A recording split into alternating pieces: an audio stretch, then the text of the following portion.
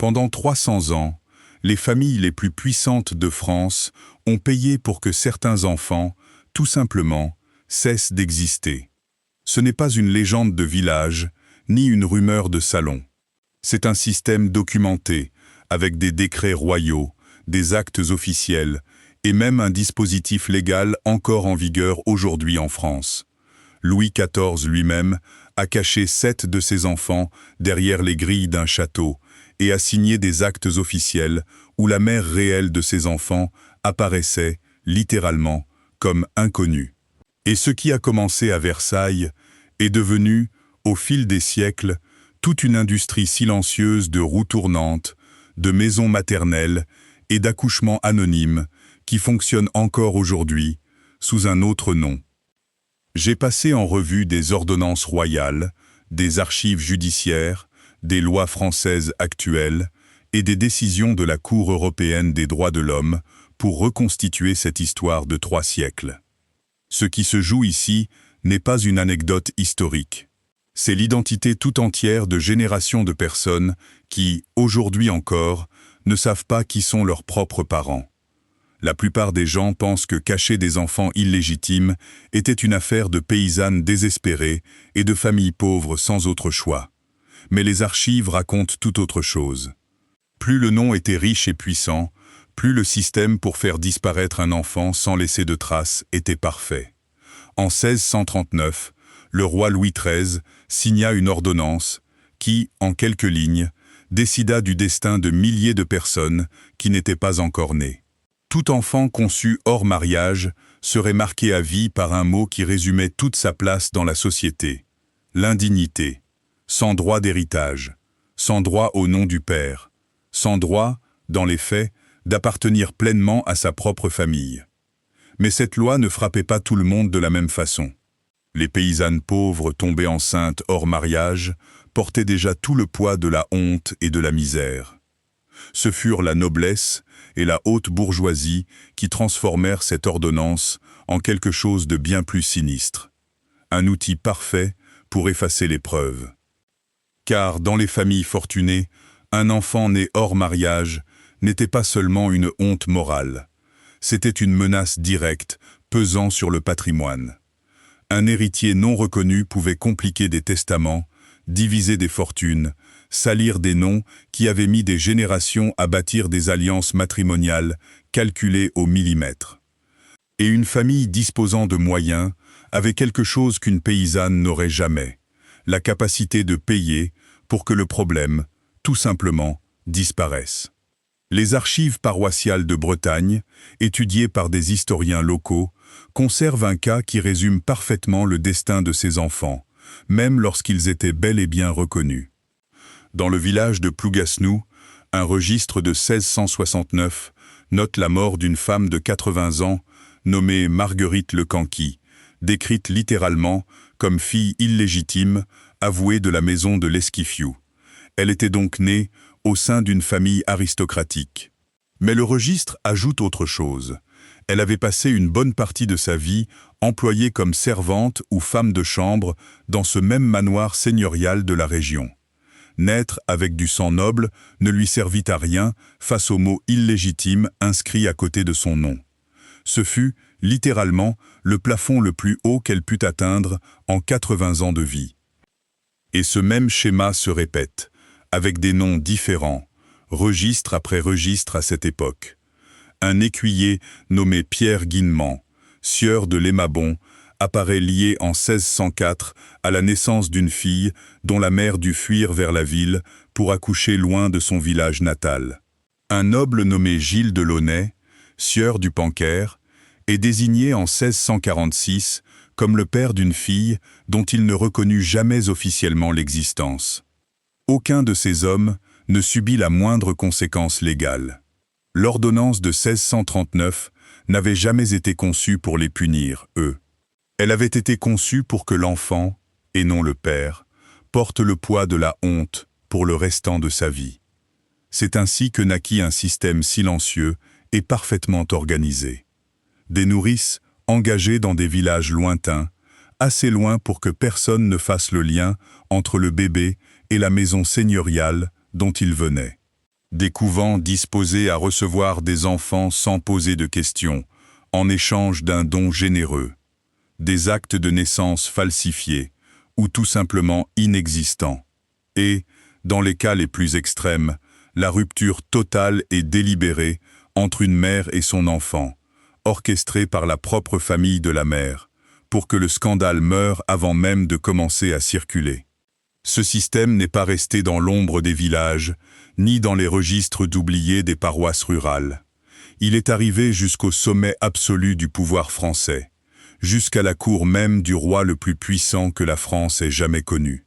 Et ce qui s'est passé là-bas, entre les murs de Versailles, allait devenir le modèle parfait que l'aristocratie et la haute bourgeoisie copieraient pendant les 3 siècles suivants. À Versailles, tout le monde avait appris à reconnaître un signe bien précis. Quand Athénaïs de Montespan, la favorite officielle du roi, se mettait à porter des robes amples et flottantes qu'elle avait elle-même mises à la mode, la cour savait exactement ce que cela signifiait. Un nouvel enfant du roi était en chemin, et il fallait faire semblant de ne rien voir. C'est elle-même qui inventa cette robe. On l'appelait la robe battante, ou tout simplement l'innocente. Une robe sans taille marquée, qui tombait librement depuis les épaules, conçue dans un seul but, que personne ne puisse deviner combien de mois de grossesse elle dissimulait en dessous. Pendant des années, tandis que la France entière chuchotait ce que tout le monde savait sans jamais le dire à voix haute, Athénaïs traversa les salons de Versailles en cachant, littéralement, avec le tissu de sa propre robe, la preuve de ce qui s'annonçait. Et elle avait une raison bien précise, au-delà de la simple honte, de le cacher. Légalement, Athénaïs restait mariée au marquis de Montespan. Selon la loi française de l'époque, tout enfant né d'une femme mariée appartenait automatiquement à son mari légal, même si le père biologique était un autre homme, fût-ce le roi lui-même. Si le marquis de Montespan avait pu prouver l'existence de ses enfants à temps, il aurait eu pleinement le droit de les réclamer comme siens. L'objectif n'était donc pas seulement d'éviter le scandale, c'était de gagner de vitesse le propre mari, en cachant chaque enfant jusqu'à ce qu'il devienne légalement impossible de l'arracher au roi. Entre 1669 et 1678, Athénaïs eut 7 enfants avec Louis XIV. Chaque naissance fut organisée comme une opération militaire de discrétion. Le deuxième, un garçon qui deviendrait plus tard le duc du Maine, naquit le 31 mars 1670 au château de Saint-Germain-en-Laye.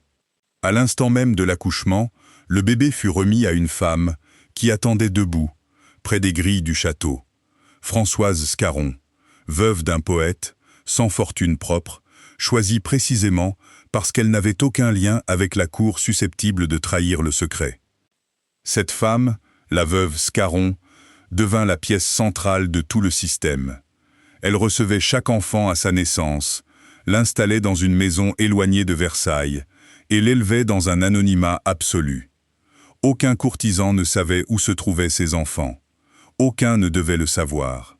Mais, par conséquent, personne ne pouvait non plus s'attacher ouvertement à eux, ni les reconnaître dans la rue, ni s'inquiéter de leur bien-être. Ils existaient et n'existaient pas en même temps. Et ce secret devint encore plus dangereux à partir de 1679, lorsqu'éclata à Paris un scandale qui secoua toute la cour, l'affaire des poisons. Un réseau de voyantes et d'empoisonneuses fut découvert, opérant au sein de l'aristocratie parisienne, vendant potions, poisons et faveurs troubles à des nobles désespérés de conserver l'amour du roi ou d'éliminer leur rival. Au cours des interrogatoires, plusieurs témoins désignèrent directement Athénaïs de Montespan, l'accusant d'avoir acheté des philtres d'amour pour retenir Louis XIV. Le roi lui-même, alarmé, ordonna qu'aucun magistrat n'utilise de registres officiels pour les interrogatoires mentionnant son nom, et fit conserver ces documents dans une cassette scellée, sous son propre contrôle personnel. Par conséquent, Athénaïs ne devait pas seulement cacher ses enfants, elle devait cacher, dans le même temps, toute trace documentaire de sa propre personne, à un moment où un seul document de trop pouvait lui coûter non seulement sa position à la cour, mais potentiellement sa liberté. Le même instinct qui l'avait poussé à dissimuler ses grossesses sous une robe ample protégeait désormais son propre nom sous clé, dans une cassette que le roi ne permit jamais d'ouvrir. Le 20 décembre 1673, le roi décida enfin que ses enfants cesseraient d'être un secret. Il signa l'acte de légitimation des 3 premiers. Et là, dans le document officiel même qui leur donnait enfin une place dans le monde, apparut quelque chose qui résume parfaitement tout ce système. Au lieu du nom d'Athénaïs de Montespan, la mère réelle, l'acte disait simplement « mère inconnue ». Le roi avait trouvé le moyen parfait de reconnaître ses enfants sans avoir à confesser, par écrit, avec qui il les avait eus.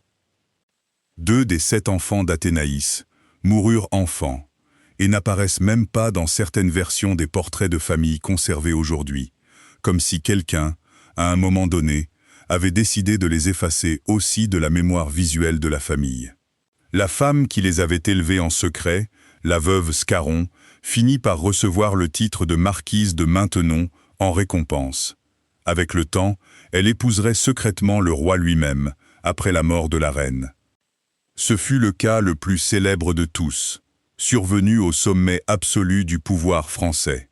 Mais ce fut précisément ce cas, si connu à son époque malgré le secret, qui finit par enseigner à toute l'aristocratie et à la haute bourgeoisie française exactement comment procéder. Si le roi de France lui-même pouvait cacher ses enfants derrière des grilles et une robe ample, n'importe quelle famille disposant de suffisamment d'argent et de détermination pouvait faire de même, à moindre échelle, pendant les siècles suivants. Les archives de la Gironde, dans le sud-ouest de la France, conservent une phrase qui résume mieux que toute autre le véritable fonctionnement de ce système. Les historiens ayant étudié ces registres du XIXe siècle ont trouvé quelque chose qui brise complètement l'image que l'on se fait généralement de qui abandonnait ses enfants, et pourquoi. La misère poussait les servantes et les ouvrières à laisser leurs bébés à la porte d'un hospice. Mais des personnes aisées, voire riches, avaient recours au même endroit pour une raison totalement différente. Cet anonymat leur garantissait un secret, bien plus sûr que de laisser l'enfant à une nourrice, car une nourrice exigeait des complices, des confidents, des gens qui savaient. Un hospice, en revanche, ne devait d'explication à personne. Ce mécanisme s'appelait le tour d'abandon, la roue des enfants trouvés. Un cylindre de bois encastré dans le mur extérieur d'un hospice, tournant comme une porte à tambour. La mère, ou la personne envoyée à sa place, y déposait le bébé, faisait tourner le cylindre, et une clochette avertissait de l'autre côté du mur qu'un nouveau-né venait d'arriver. Personne ne voyait le visage de celui qui le déposait. Personne ne posait de questions. Ce mécanisme, inspiré des roues pour enfants trouvés, qui existaient déjà en Italie depuis le XIIe siècle, se répandit dans toute la France et fut officialisé définitivement par décret impérial le 19 janvier 1811. À partir de cette date, chaque hospice destiné à recevoir des enfants abandonnés était légalement tenu d'installer l'une de ces roues. L'ampleur du phénomène était brutale. À Bruxelles, l'hospice de la rue du Bois Sauvage reçut 530 bébés par sa roue en une seule année, 1841. À Paris, entre 1772 et 1778, près de 30% de tous les enfants abandonnés dans la ville provenaient de femmes ayant accouché à l'hôpital général, l'institution censée en théorie les aider et non les priver de leurs enfants. Et par conséquent, cet anonymat absolu devint exactement ce dont les familles fortunées avaient besoin, car une nourrice dans un village lointain restait un risque, quelqu'un qui savait, quelqu'un qu'il fallait payer pendant des années, quelqu'un qui pouvait parler. La roue, elle, coupait le lien à la racine, en quelques secondes, sans témoin, sans papier, sans nom. Le système fut si utilisé et généra une telle quantité d'abandon que vers 1830, il commença à être publiquement dénoncé comme une incitation perverse. Plus il était facile de se débarrasser d'un enfant sans conséquence, plus les familles, de toute classe sociale, le faisaient. Les roues commencèrent à être démantelées à partir de 1845, en grande partie à cause de cette même critique. Mais le problème de fond, le besoin des familles fortunées de cacher des enfants sans laisser de traces, ne disparut pas avec le cylindre de bois. Il changea simplement de forme. Au début du XXe siècle, l'État français remplaça définitivement la roue par une loi du 27 juin 1904, par ce qu'il appela un bureau ouvert, un guichet disponible jour et nuit où une femme pouvait laisser son enfant en secret, sans révéler son identité, bien qu'on l'informe désormais des conséquences de cette décision et qu'on lui propose une aide si elle préférait garder le bébé. Ce fut le premier pas vers ce qui, des décennies plus tard, deviendrait un droit légal reconnu par le Code civil français lui-même. Mais avant d'arriver à cette loi moderne, le système devait encore traverser son étape la plus silencieuse et la moins connue de toutes, celle des maisons maternelles du XXe siècle, où des milliers de jeunes femmes disparurent pendant des mois entiers sans que personne, en dehors de ces murs, ne sache jamais pourquoi. Il existe une façon de mesurer le véritable coût de ce système, et elle ne se trouve ni dans les décrets, ni dans les registres administratifs. Elle se trouve dans les rares personnes qui, des siècles plus tard, ont osé raconter publiquement ce que signifie grandir sans savoir d'où l'on vient. Dès 1845, un aristocrate français, nommé le vicomte Armand de Melun, écrivit dans les Annales de la Charité une phrase qui décrivait ce système mieux qu'aucun rapport officiel. Il le qualifia de gouffre, d'oubliette sans issue. Car, disait-il, l'anonymat absolu ne privait pas seulement l'enfant de toute possibilité de connaître son origine, il privait aussi la mère, pour toujours, de la possibilité de revenir sur sa décision. Personne ne pouvait faire machine arrière, ni celui qui partait, ni celle qui restait. Gabrielle Chanel, la femme que le monde entier connaîtrait plus tard sous le nom de Coco Chanel, avait 12 ans quand sa mère mourut de tuberculose. Son père, un marchand ambulant sans ressources, se débarrassa de ses 5 enfants presque aussitôt. Gabrielle et 2 de ses sœurs furent confiées à un orphelinat dirigé par des religieuses à l'abbaye d'Aubazine, au centre de la France. Son père ne revint jamais la chercher. Il ne paya jamais un seul franc pour son entretien. Et il ne mentionna plus jamais, dans les années qui suivirent, son existence devant qui que ce soit qui n'avait pas besoin de le savoir. Gabrielle passa 6 ans dans cet orphelinat, apprenant la couture entre des murs austères et un silence religieux. Et quand elle sortit enfin dans le monde, elle fit quelque chose qui résume parfaitement ce que ce système fait à une personne. De l'intérieur, elle s'inventa une enfance complètement différente. Elle raconterait, pour le reste de sa vie, une histoire inventée de tantes qui l'aurait recueillie avec affection, d'un père aventurier ayant traversé l'océan à la recherche de fortune. N'importe quoi, sauf la vérité. Car le mot orpheline était quelque chose qu'elle reconnaîtrait elle-même, au sommet absolu du succès, ne jamais pouvoir entendre sans ressentir un froid qui la parcourait tout entière. C'est ce schéma qui se répète, génération après génération, dans chaque dossier d'hospice, dans chaque acte portant un père marqué inconnu.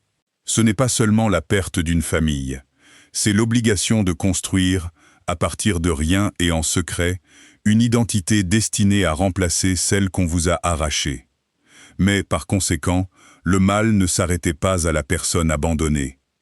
Les archives d'hospice conservent aussi un autre type de document, bien plus silencieux. Des femmes qui, des années ou des décennies plus tard, revenaient demander des nouvelles de l'enfant qu'elles avaient confié, sans jamais trouver de réponse, car le système tout entier avait été conçu, précisément, pour que cette question n'ait jamais de réponse possible. Le vicomte de Melun l'avait déjà averti près de 2 siècles plus tôt. Dans ce système, personne ne s'en remet jamais tout à fait, ni l'enfant, ni la mère. Gabrielle Chanel réussit, contre toute attente, à transformer cette origine effacée en l'empire de mode le plus influent du XXe siècle. Mais pour chaque histoire comme la sienne, devenue connue du monde entier, il y eut des milliers d'histoires identiques, au point de départ, qui ne menèrent jamais nulle part. Des personnes qui vécurent et moururent sans jamais connaître un seul mot sur qui elles étaient réellement. Et ce système, loin de prendre fin avec la disparition de la roue des enfants trouvés, était sur le point de se perfectionner encore davantage pendant le siècle qui s'annonçait. Le 29 juillet 1939, le gouvernement français donna à ce système quelque chose qu'il n'avait jamais eu auparavant, un cadre légal national et obligatoire. Le Code de la famille ordonna que chaque département du pays ouvre sa propre maison maternelle, officiellement destinée à accueillir les femmes enceintes d'au moins 7 mois. Une loi d'avril 1943, en pleine occupation, confirma et renforça ce mandat. Et le 2 septembre 1941, dans ce même contexte, le régime de Vichy signa le décret organisant la prise en charge gratuite des femmes décidant d'accoucher de façon anonyme, couvrant le mois précédent et le mois suivant l'accouchement dans tout hôpital public du pays. En surface, cela ressemblait à une aide humanitaire pour des mères en difficulté. Dans les faits, c'était la version moderne, industrialisée et parfaitement légale du même système qui avait commencé 3 siècles plus tôt avec des robes amples et des roues de bois. Et par conséquent, ce décret fit de la France entière quelque chose de très concret, la destination privilégiée de toute une région pour faire disparaître une grossesse sans laisser de traces. Des documents d'organisation sociale belge du milieu du siècle décrivent sans détour comment elles envoyaient de jeunes femmes enceintes directement en France lorsque la discrétion devait être absolue, précisément parce que le système français d'accouchement anonyme garantissait ce qu'aucun pays voisin ne pouvait offrir. Derrière ces chiffres et ces décrets se trouvent des témoignages réels, publiés des décennies plus tard par les protagonistes elles-mêmes, qui montrent jusqu'où allait ce système lorsqu'il était appliqué avec cruauté. Une femme, devenue adulte, raconta publiquement qu'à 14 ans, enceinte, elle fut abandonnée par sa propre mère et enfermée dans un centre pour jeunes filles en périphérie de Paris jusqu'à la naissance de sa fille, en septembre 1969. Sous les menaces et une pression constante pour qu'elle abandonne le bébé à l'adoption, elle refusa encore et encore. Sa fille naquit dans un état si grave qu'elle dut être transportée en urgence en ambulance vers un autre hôpital, luttant pour sa vie. Une autre femme, née à Brest en 1969, raconta que sa propre mère, encore adolescente à l'époque, fut internée dans une maison maternelle et contrainte d'accoucher sous le secret absolu, sans qu'un véritable lien ne parvienne jamais à se tisser entre mère et fille, même après que l'enfant fût revenu, des années plus tard, vivre auprès de sa famille biologique. Ce même schéma, celui de familles entières et parfois d'institutions religieuses ou étatiques organisant la séparation forcée entre mères célibataires et nouveau-nés, ne fut pas propre à la France. En juillet 2026, le Premier ministre britannique lui-même présenta des excuses officielles pour plus de 185 000 adoptions forcées de bébés nés de mères célibataires entre 1949 et 1976, rien qu'en Angleterre et au pays de Galles.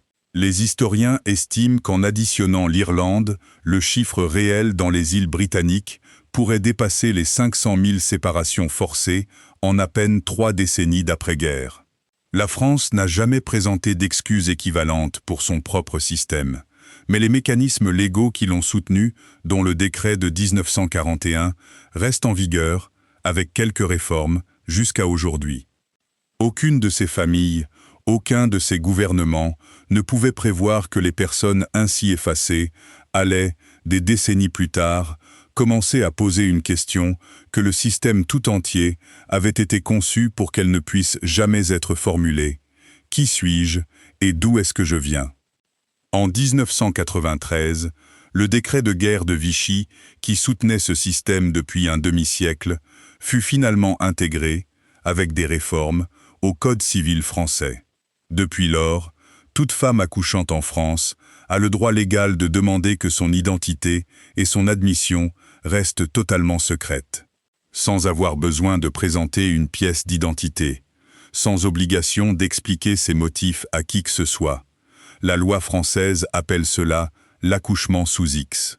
Aujourd'hui, la France et le Luxembourg sont, littéralement, les deux seuls pays d'Europe à maintenir encore ce système d'anonymat total, sans que l'enfant ait jamais la garantie légale de connaître son origine. Mais par conséquent, ce droit de la mère entrait en collision frontale avec un autre droit, de plus en plus revendiqué par des milliers d'adultes nés sous ce même système, le droit de savoir qui étaient leurs parents biologiques. La personne qui porta ce conflit jusqu'à ses ultimes conséquences avait un nom réel, et une histoire commencée bien avant de devenir une affaire judiciaire historique. Elle naquit le 23 mars 1965 dans une maternité parisienne sous le nom de Pascale Berthe. 2 mois plus tard, sa mère signa une lettre d'abandon demandant le secret. Le 18 juin, Pascale devint officiellement pupille de l'État, sous le numéro 280 346. À 6 mois, elle quitta la pouponnière où elle se trouvait jusque-là. Une nouvelle séparation, un nouveau déchirement. Elle passa par une famille d'accueil à la campagne, puis, à 2 ans et demi, fut adoptée par la famille Audièvre. À 4 ans, elle changea complètement de nom, perdant tout lien légal avec ses parents biologiques. Un médecin et philosophe ayant étudié son cas la décrivit plus tard en des termes très durs. Il affirma qu'un enfant dans cette situation se voit changer d'origine de façon sournoise, cruelle et définitive, privé de toute racine propre, comme s'il était un produit fabriqué et livré dans un échange. Pascale Audièvre, devenue adulte, porta son affaire devant la Cour européenne des droits de l'homme en 1998, arguant que le secret de sa naissance violait son droit à la vie privée.